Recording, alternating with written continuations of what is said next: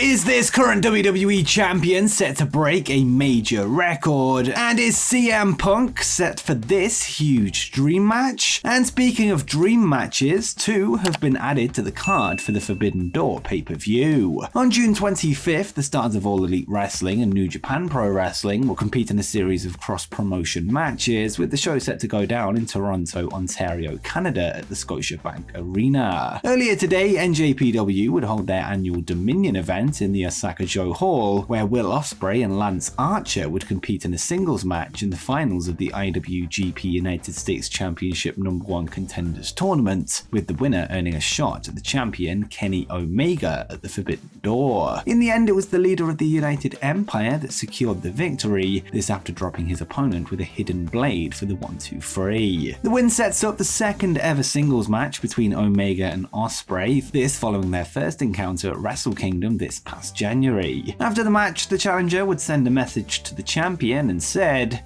"Kenny Omega, I'm the guy you left covered in my own blood at the Tokyo Dome. You should have killed me when you had the chance. I'm back for revenge. I will walk into your territory. I will walk into Canada. Ospreay versus Canada. I'm bringing back the IWGP US title." Later on in the show, a challenge was laid out by a top AEW star for a bout with one of New Japan Pro Wrestling's biggest names. To set this up, the show would see Kazuchika Okada, Tomohiro Ishii, and Hiroshi Tanahashi successfully defend their never openweight 6-man tag titles against the Blackpool Combat Club's Jon Moxley, Claudio Castagnoli, as well as Shota Umino, this before another member of the BCC appeared on the big screen. A video package would then air that showed Bryan Danielson in the mountains of Las Vegas before sending a message to former IWGP World Heavyweight Champion Kazuchika Okada, and Bryan would say, "You want to wrestle Bryan Danielson? You call yourself the Rainmaker. When you step into the ring with me, you're getting into the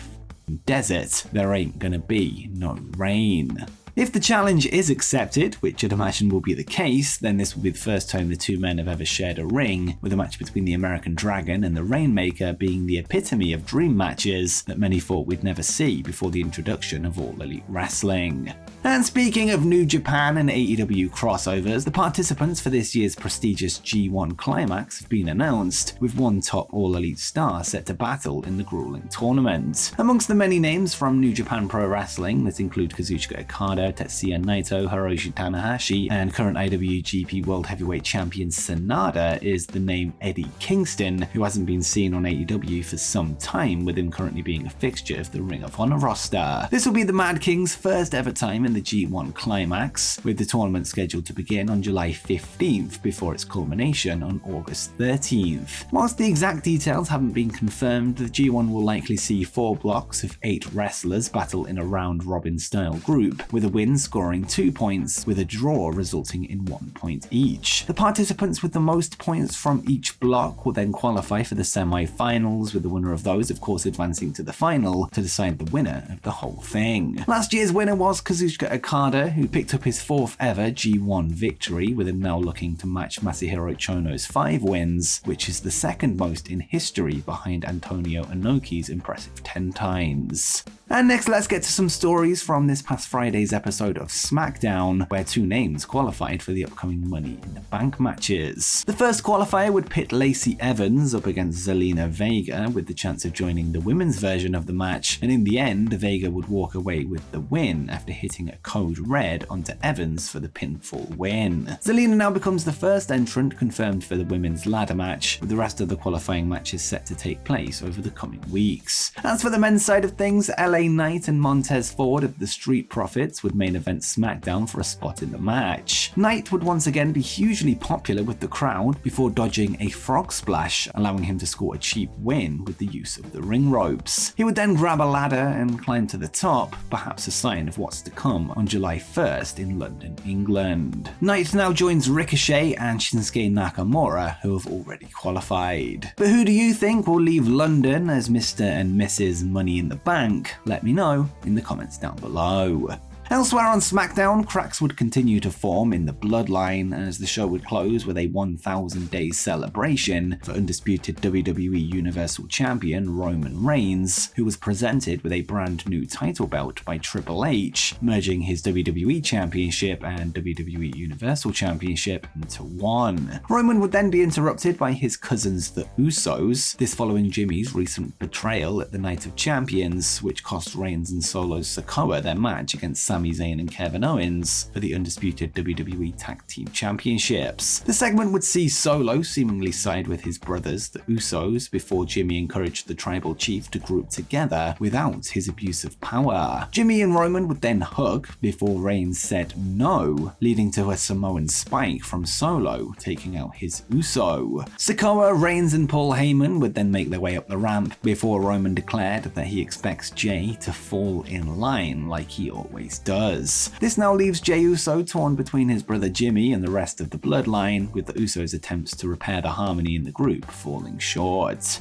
And now let's get to some news from the Raw brand, where there's been internal discussions for one of their champions to break a long-standing record. Currently, Gunther's reign with the Intercontinental Championship is extended to 359 days as of this recording. The current record for the most days as IC champion in one reign is held by the Honky Tonk Man at 454 days, a reign that ended in August 1988 and still stands to this day. However, according to WRKD Wrestling, there's been talks within WWE for Gunther to be the one to break it, and they would tweet, "Roman Reigns isn't the only superstar inching closer to history. We've learned that there are internal discussions for Gunther to pass Honky Tonk Man's all-time historic Intercontinental Championship reign. According to my calculations at least, if this were to come to fruition, this would see Gunther hold onto the title for another 105 days, with him matching the record on September 7th, just over 1 month after SummerSlam on August 5th.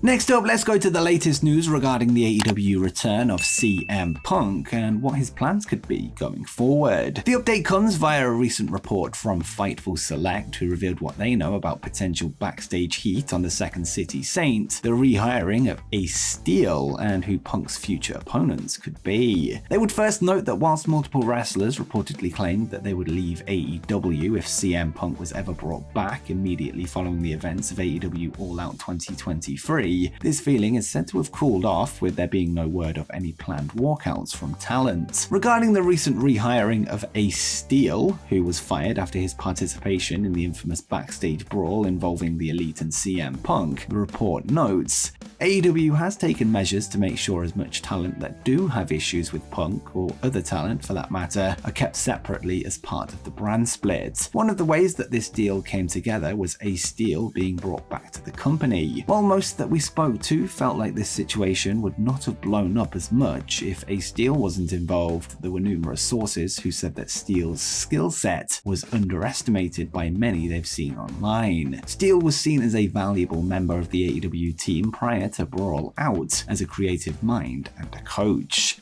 On top of this, a recent report from this week's Wrestling Observer newsletter would reveal how Ace Steel will be involved in the upcoming AEW Collision show, with both he and CM Punk set to be involved in a creative capacity. And Dave Meltzer would write, "The belief is Punk and Ace Steel will be heavily involved in the creative of the show. At least they will for Punk's stuff, and the main angles and storyline on the show will revolve around him, and obviously he'll have great input into that." As for potential plans for Punk going forward, the aforementioned Fightful report notes that whilst there were pitches for a program with Chris Jericho, this after real-life heat between the two, Fightful haven't heard anything new on that front for quite some time. On top of this, whilst a match with Samoa Joe appears to be in the works, Punk has recently taken a liking to the work of Bullet Club Gold's Jay White, who has been tipped as an early opponent for the straight edge superstar. This news does follow recent on-screen developments that's seen CM Punk's friends FTR get involved with Bullet Club Gold alongside Ricky Starks, so this could perhaps be a way for CM Punk to get involved in the storyline. But what do you make of a potential feud between Switchblade Jay White and CM Punk? Let me know in the comments down below. And before you go, make sure you check out how AEW can change wrestling forever.